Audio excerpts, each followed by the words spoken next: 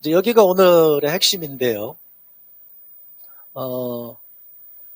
이게 실리콘밸리는 미국 정부가 바로 그렇게 대기업, 중소기업을 가리지 아니하고 좋은 물건만 있으면 사들이는 이 조달 정책 때문에 만들어졌다는 겁니다.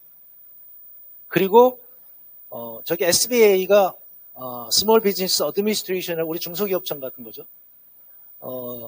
거기서 지금 저 제도가 다 있어요, 우리나라에 지금.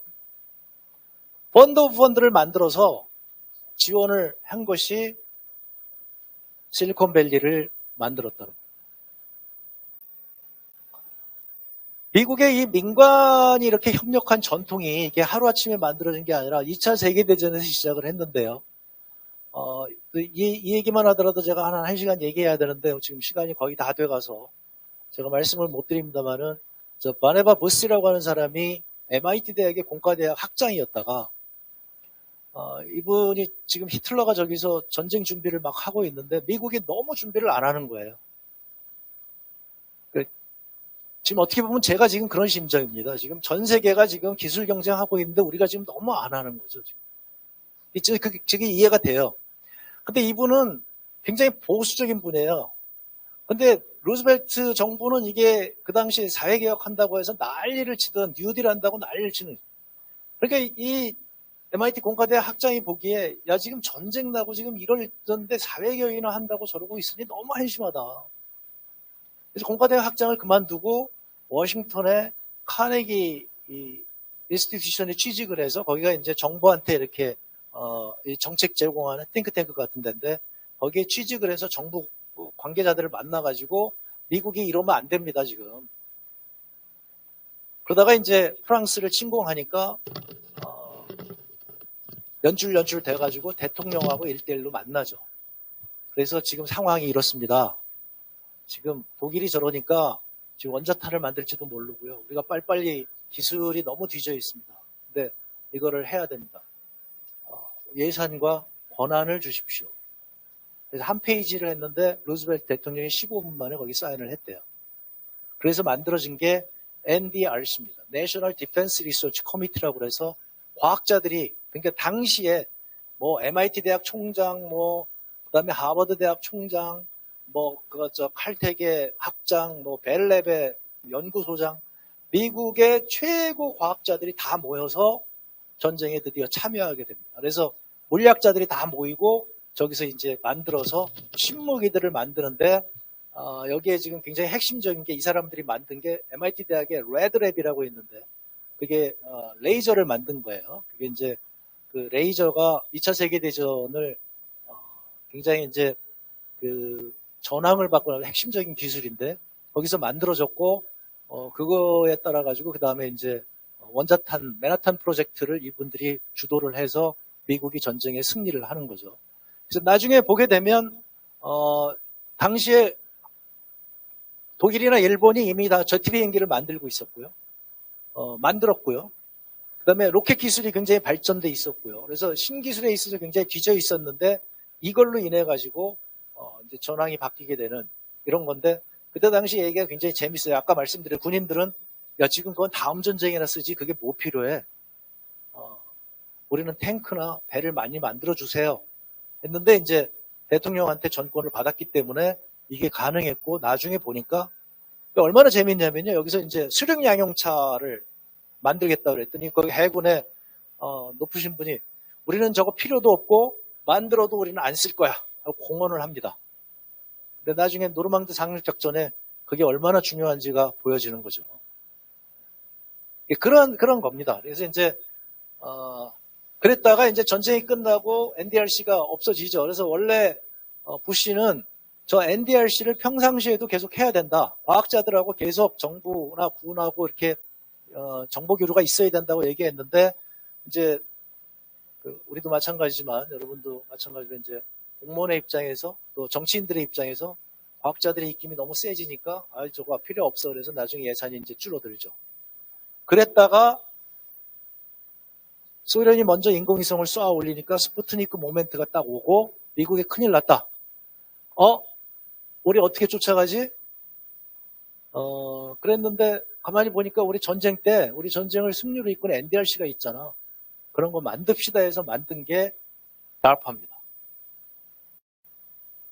이 DARPA는 지금 제가 보니까 우리 정부 공문서에 굉장히 많이 나와요.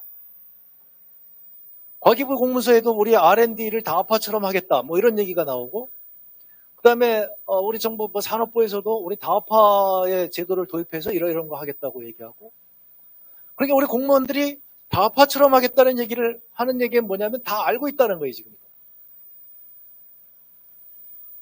그런데 지금 DARPA 같은 역할을 하는 우리 정부기관은 없습니다. DARPA는 어떻게 성공했느냐? 아까도 말씀드렸지만 핵전쟁을 하려다 보니까 컴퓨터가 굉장히 발전해야 되는데, 이게 계산 능력이 이게 빨라져야 되는데 미국에 인력이 없는 거예요. 컴퓨터 인력이. 그러니까 국방부 예산을 가지고 대학에다가 컴퓨터 학과를 만드는 돈을 지원합니다. 우리처럼 지금 연구기술만 하는 게 아니라 우리가 더 좋은 우리 미사일이 이기기 위해서는 더 좋은 컴퓨터가 필요로 하는데, 더 좋은 컴퓨터를 하려면 어떻게 돼요? 우리 같으면 어떡하겠어요?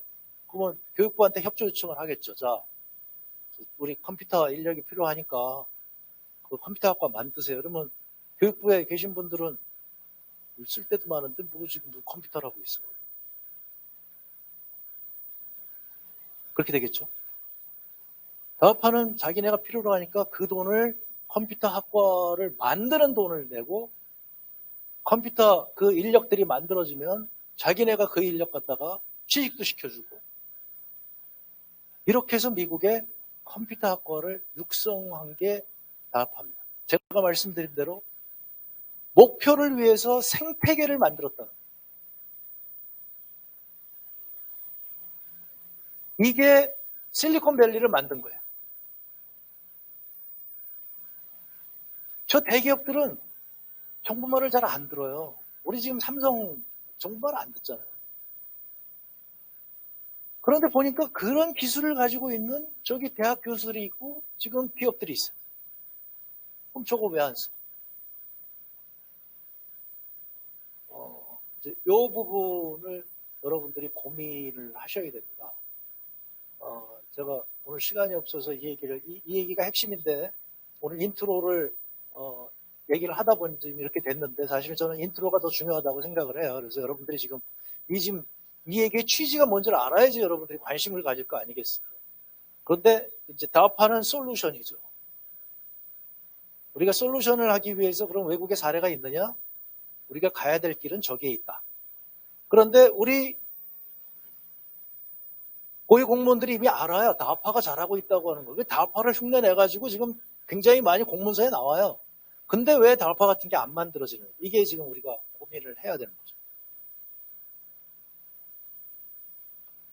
지금 말씀드린 대로 이런 거고요. 지금 미국의 굉장히 큰 힘이 뭐냐면, 제가 코딩을 배웠는데요.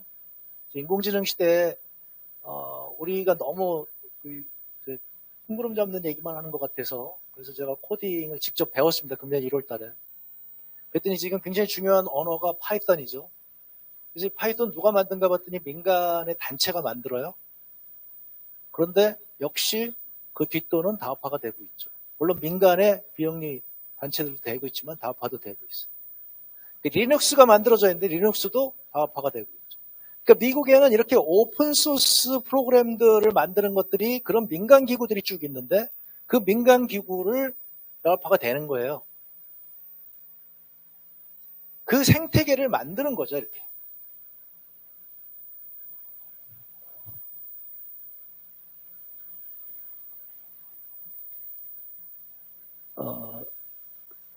그래서 이제 제가, 이게 뭐지? 그랬더니 미국에 굉장히 재밌는 얘기들을 지금 하고 있습니다. 그래서 이 프레드 블락이라는 분이 어떤 얘기를 하냐면, 동아시아 국가들을 발전국가 혹은 개발국가, 디벨롭먼탈 스테이트라고 보통 얘기합니다. 그래서 동아시아 국가들, 일본이나 한국이나 싱가포르나 뭐 대만도 마찬가지고, 여기는 국가가 강력하게 중앙계획기구가 목표를 설정하고 그 목표에 시장이, 민간이 거기에 쫓아오도록 해서 이렇게 경제 성장을 이뤘다. 이게 이제 통상적으로 지금 우리가 알고 있는 얘기죠. 이분의 주장은 굉장히 재미있어요. 미국도 개발국가라는 거예요. 그런데 미국의 개발국가의 형태는 동아시아 국가들하고는 조금 다르다. 동아시아 국가처럼 우리가 5개년 계획하듯이 이렇게 한 게 아니라 자기네는 나파가 하듯이 네트워크를 만들어서 간접적으로 지원을 해서 원하는 목표를 달성하고 있다는 거죠. 바로 그 디벨롭먼탈, 정부가 강력한 정책에 의해서 미국을 혁신국가로 만들었다. 그러면 동아시아 국가들하고 미국하고 차이가 뭐냐? 미국은, 그러니까 동아시아 국가들은 Centralized Industrial Policy죠. 우리는 산업 정책을 하는데 우리는 이게 필요해. 반도체가 필요해. 근데 반도체는 이제 처음에 하는데 정부에서 반대했다고 그래요. 그건 너무 위험해. 하지 마. 지금 우리 자동차도 테레비나 제대로 만들어. 뭐 이렇게 하는데 삼성이 아닙니다. 이건 해야 됩니다. 그게 이제 이병철, 이건희 두 회장의 이제 저기라고 그 기여라고 삼성 쪽에서 얘기를 하죠. 근데 하여튼 그런 예외를 제외시켜놓으면 우리는 중화공업을 해야 돼 하고 정부가 끌면 이제 민간이 쫓아가고 정부가 지원하고 이런 방식이죠. 근데 미국은 decentralized, 간접적으로 지원을 해서 민간에서 그런 혁신이 일어나도록 하는 거고, 대신에 정부의 투자는 미션 오리엔티드, 목표가 딱 있는 거예요. 핵전쟁을 해야 되는데, 핵전쟁을 하는데 소련의 핵이 워싱턴에 떨어지면 워싱턴의 지휘체계가 무너져요. 이거 안 되겠다. 그러면 지휘체계를 여러 군데다 만들어야 되겠네. 여러 군데 만들어 갖고 여기 통신이 가능해야 되겠네. 이게 인터넷의 효시입니다. 알파넷이라고 해서 이거 만들어서 이게 다 알파의 비용으로 만들고 그것을 민간에 공개한 게 지금 인터넷이 된 거예요. 그러니까 스티브 잡스의 아이폰에 저기 스티브 잡스가 만든 기술은 하나도 없다는 거예요. 다 알파의 지원에 의해서 만들어진 기술을 스티브 잡스는 쫙 모아가지고 아이폰으로 짠하고 내놓았다.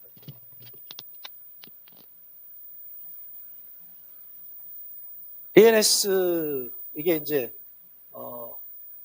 여러분들이 아마 본인 토의하고 이럴 때 아주 중요한 게 아닐까 싶어요. 그래서 이런 얘기를 좀 했으면 좋겠고요. 그 린다 와이스라는 분도 이제 조금 얘기가 비슷한 얘기인데, 미국은 안보적인 목적에 의해서 이렇게 민간의 혁신 능력을 강화시켰다.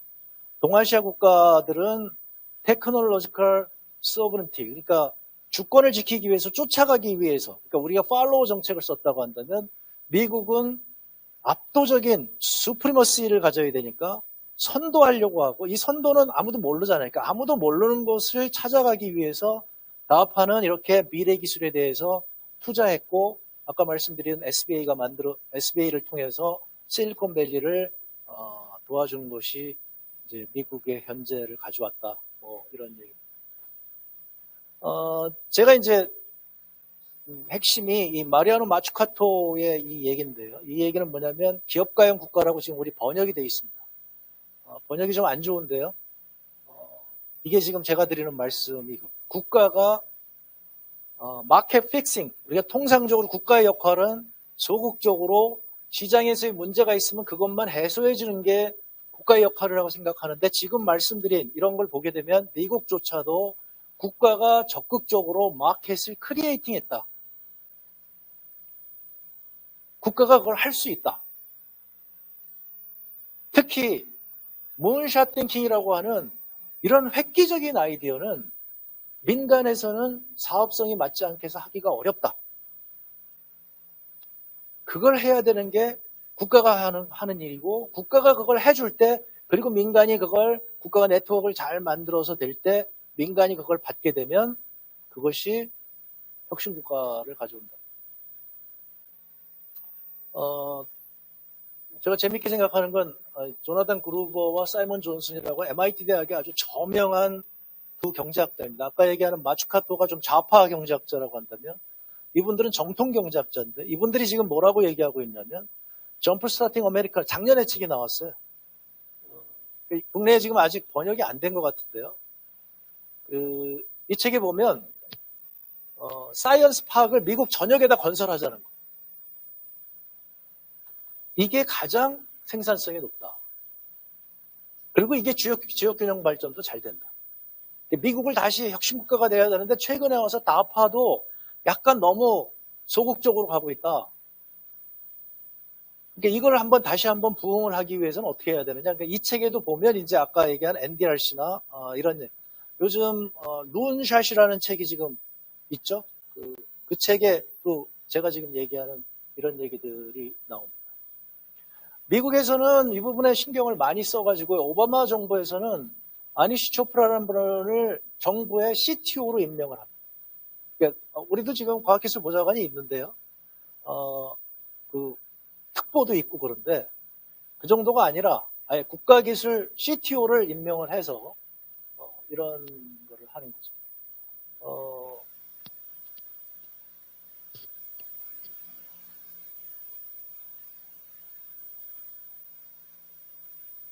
그래서 제가 이제 구체적인 솔루션들을 이렇게 얘기를 했고요. 결론을 말씀드리도록 하겠습니다. 그래서 결론은 지금 우리는 사일로에서 벗어나서 오픈 이노베이션 네이션으로 가야 하는 거고요. 이제 새로운 시대가 지금 다가왔는데요. 아까 말씀드린 대로 프랑스가 왜 2주 만에 무너졌느냐? 프랑스는 2차 세계대전도 1차 세계대전처럼 될 거라고 생각을 했어요. 1차 세계대전에 참호 잘 파놓고 있더니 거기서 전투가 이루어지더라. 그러니까 마지노선을 잘 만들어 놓고 거기서 우리 포탑 이렇게 딱 대기하고 있다가 한때 뚫리면 탱크가 반격하고 이러면 되겠지 하고 있다가 2주 만에 무너진 거예요. 지금 다음 전쟁에서는 탱크는 이미 소용이 없는 걸로 판가름이 됐죠. 이번에 아제르바이잔과 아르메니아하고 지금 전쟁하는데 드론이 날아다녔다는 거죠. 그런 조그만 나라까지 지금 전쟁하는데 드론이 날아다니는데 이제 탱크가 의미가 있겠냐는 거죠. 전쟁이 그렇다고 한다면 지금 민간 부분도 마찬가지입니다. 세상이 이렇게 빨리 바뀌고 있는데 우리는 너무 늦다.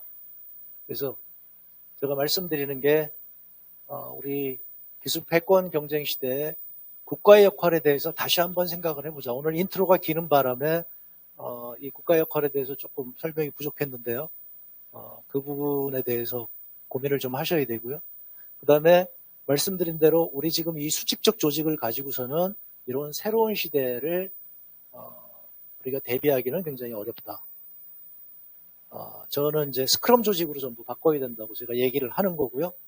따라서 우리 원장님도 계시지만 여기에서 이런 스크럼이라든가 애자일 시스템이라든가 이런 조직 이론에 대해서 더 많이 공부를 했으면 좋겠고요.